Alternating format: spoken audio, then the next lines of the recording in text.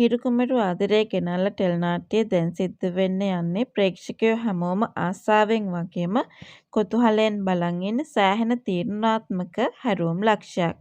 මේකලා සහ දිනෙත්මින් එකතු වෙලා හංසටාන්ට මේ මංගල යෝජනාව ගෙනාවට පස්සේ කතාවේ ඇතිවුණේ වෙනස ගැන අපි අද වීඩියෝ එක තුලින් කතා කළ යුතුමයි. ඔන්න ඉතින් කතාවේ හැමෝම බලාපොරොත්තු වුණු ඒත් හංසනා හීනකින්වත් නොසිතූ ලොකුම පෙරලිය සිද්ධ වෙලා තියෙන්නේ. මේකලා සහ දිනෙත්මින් දෙන්නම එකතු වෙලා හංසනාට මංගල යෝජනාවක් අරන් ආවහම හංසනා හිතුවේ මේ යෝජනාව ආවේ දිනෙත්මින් හරහාමයි කියලා.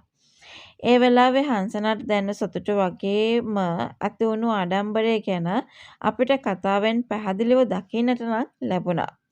හංසනාගේ නොසිතූ ආඩම්බරය Taman කිසිම වෙලාවක මේ වගේ දෙයක් ගැන හිතලවත් නැති මට්ටමක තියෙනකොට දිනෙත්මින් මෙහෙම යෝජනාවක් ආව කියලා හිතනකොට හංසනාට වචනයක්වත් හිතාගන්න බැරි තරම් ලොකු ආඩම්බරයක් වෙයි. හංසනා සහ දිනෙත්මින් ආදරය කරන්න කිට්ටුවටම ඇවිල්ලා තිබුණට ඇත්තටම මේ දෙන්න තාම ආදරය කියාගෙන නැති එකයි මෙතන තියෙන ප්‍රශ්නේ. ඇත්තටම හංසනාගේ ජීවිතය හැමදේම වෙනස් කරන්න ඇයට අලුත් ගමනක් යන්න මේක සෑහෙන වටින අවස්ථාවක්. කිසිම බලාපොරොත්තුවක් නැතුව හිටපු තැනකින් ඇයව එකපාරට මිහලට මොසවා තබන්න මේ යෝජනාවට පුළුවන් වෙලා තියෙනවා.